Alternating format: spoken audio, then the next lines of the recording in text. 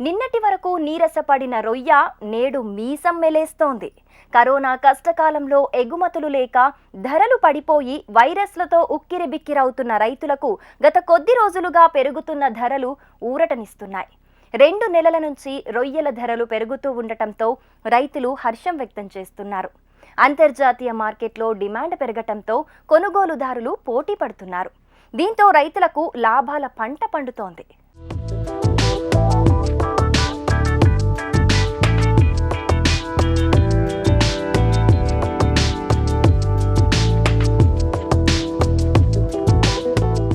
గత కొన్ని సంవత్సరాలుగా ధరలు లేక పెట్టుబడులు పెరిగి కరోనాతో ఎగుమతులు లేక కునారెల్లిన ఆక్వా రంగానికి మంచి రోజులు వచ్చాయి. అంతర్జాతీయ డిమాండ్ పెరగటంతో వనామీ రొయ్యల ధరలు 2 నెలలుగా ఆశాజనకంగా ఉంటున్నాయి. ప్రతి నెలా పెరుగుతూ 30 కౌంటుకు ప్రస్తుతం 550 వద్ద ట్రేడ్ అవుతోంది. అన్ని కౌంట్ల ధరల్లోనూ వ్యత్యాసం కనిపిస్తోంది. గత ఏడాది జూలై, ఆగస్టు నెలలతో పోలిస్తే సగటున కిలోకు 130 రూపాయల పెరుగుదల కనిపిస్తోంది. ఈ పరిణామం రైతుల్లో ఆనందాన్ని నింపుతోంది.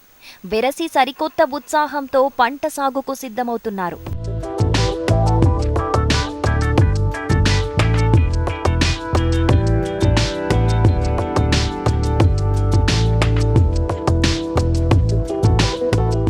తూర్పుగోదావరి జిల్లాలో 50,000 ఎకరాల్లో రొయ్యల చెరువులు విస్తరించి ఉన్నాయి. కరోనా పరిస్థితుల నేపథ్యంలో ఎగుమతులు లేక 30% పైగా రైతులు సాగుకు దూరమయ్యారు. ప్రస్తుతం 25,000 మంది రైతులు మాత్రమే ఈ రంగంపై ఆధారపడి బతుకుతున్నారు. 11 రొయ్యల ప్రాసెసింగ్ యూనిట్లు, 13 మంది ప్రధాన కొనుగోలుదారులు ఉన్నారు. జిల్లా నుంచి ఏటా సుమారు 1,20,000 నుంచి 1,35,000 మెట్రిక్ టన్నుల వరకు సరకు అమెరికా, యూరప్, చైనా, జపాన్ వంటి దేశాలకు ఎగుమతవుతోంది. 2,300 కోట్ల రూపాయల వ్యాపారం సాగవుతోంది. గత ఏడాది ఆక్వా రైతులు గడ్డు పరిస్థితులనే ఎదుర్కొన్నారు. దీంతో దిగుబడి తగ్గింది. ధర పతనమవటంతో ఆక్వా రంగం నష్టాలమయంగా మారింది. జూన్లో 100 కౌంటు రొయ్యల ధర 160 రూపాయలకు పడిపోయింది. ఇదే సమయంలో నవంబర్, డిసెంబర్ నెలల్లో భారీ వర్షాలు కురవటంతో రొయ్యలకు తెగుళ్లు ఆశించాయి. వెరసి పంట సాగుకు రైతులు దూరమయ్యారు. సాగు విస్తీర్ణం తగ్గింది. ఈ పరిణామం మళ్లీ ధరల పెరుగుదలకు దోహదపడుతోంది. ఆక్వా రైతులకి చాలా మంచి రోజులు వచ్చాయని మనం చెప్పాలి. ఎందుకంటే 100 కౌంట్ రేటు కూడా 250 రూపాయలకి చేరడం అన్నది చాలా హర్షించదగ్గ విషయం. ఇదే రేటు కనుక కొనసాగితే గడిచిన కొంతకాలంగా కొన్నేళ్లుగా అగమ్యగోచరంగా ఉన్నటువంటి ఆక్వా రైతుల పరిస్థితి చాలా మెరుగుపడిందని చెప్పుకోవాలి. 100 కౌంట్ రేటు 250 రూపాయలకు చేరడం, 30 కౌంట్ రేటు 550 రూపాయలకు దగ్గరగా చేరడం ఆక్వా రైతులకు మంచి రోజులు వచ్చాయి. ఇదే కనుక కొనసాగుతూ ఉంటే ఈ ఆక్వా రంగం ద్వారా ప్రజలు ముందుకు వెళ్ళడానికి, ఆక్వా రైతులు ముందుకు వెళ్ళడంతో పాటు అనేక రంగాల్లో ఈ ఆక్వా రంగం మీదే ఆధారపడి ఉంటుంది. అందుకని ఈ పరిణామం, ఈ రేటు నాకు కూడా చాలా ఆనందంగా ఉంది. 15 సంవత్సరాల నుంచి మేము ఈ వృత్తిలో ఉన్నాం. మరి 2009లో వెనామీ కల్చర్ స్టార్ట్ అయింది. మాకు ఫస్ట్లో అయితే లాభాలు చాలా విపరీతంగా ఉండే.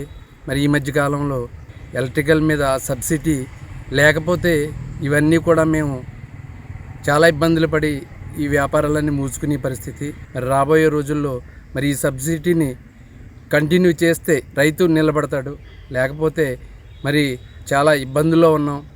మొన్న కరోనా సమయంలో మరి 60 టన్నుల మెటీరియల్ 150 నుంచి 120, 130 ఈ రేట్లకు అమ్ముకున్నాం. ఇప్పుడు దేవుడి దయ వల్ల రేట్లు ఉన్నాయి. మంచి రేట్లు ఉన్న ఈ టైంలో ఒక క్రాప్ వస్తే రైతు చాలా మరి బలంగా తయారవుతాడు. కాబట్టి ఈ మార్కెట్ ఇదే విధంగా ఉంటే రైతులకి మరి మంచి అవకాశం ఇది. ఇప్పుడున్న పరిస్థితుల్లో వైరస్లు, వ్యాధులు బాగా ఎక్కువగా ఉంటున్నాయి. కాబట్టి క్రాప్ రావడం చాలా ఇబ్బందిగా ఉంది. 40 రోజులు వచ్చేటప్పటికి వైట్ గట్ అని ఒక వ్యాధి వస్తుంది. అది వస్తే ఆ రొయ్య క్షీణించిపోతుందే తప్ప అది క్వాలిటీగా రాదు.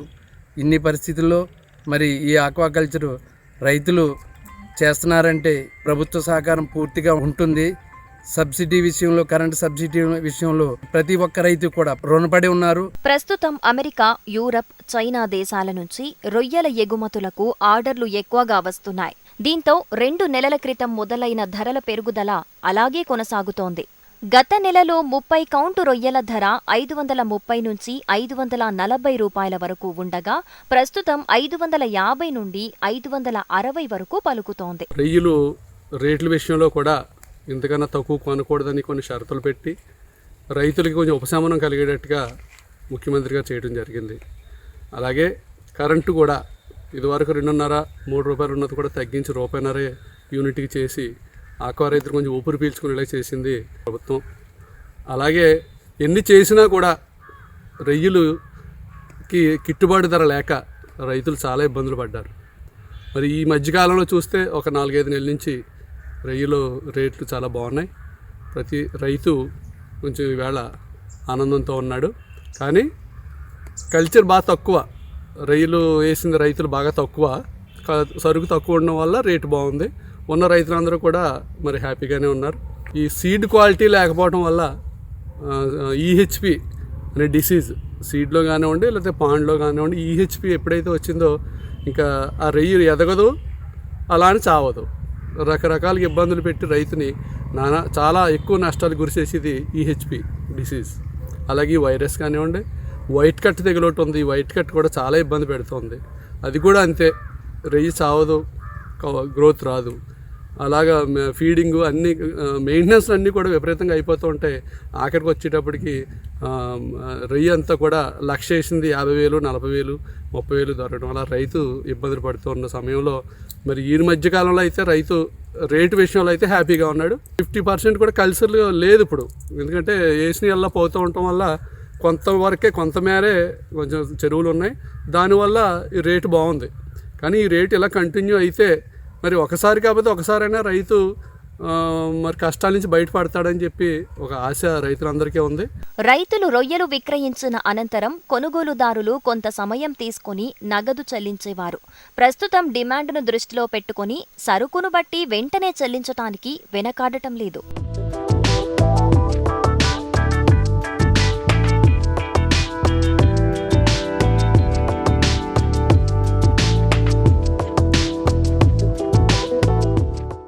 మరి ఈ రోజు ప్రసారమైన కార్యక్రమంతో పాటు సాగుదారులకు ఉపయోగపడే సేద్య సమాచారం, అభ్యుదయ రైతుల అనుభవాల కోసం హెచ్ఎంటీవీ అగ్రి యూట్యూబ్ ఛానల్ని సబ్స్క్రైబ్ చేసుకోండి. ఇది ఇవాల్టి నేల తల్లి కార్యక్రమం. నమస్తే.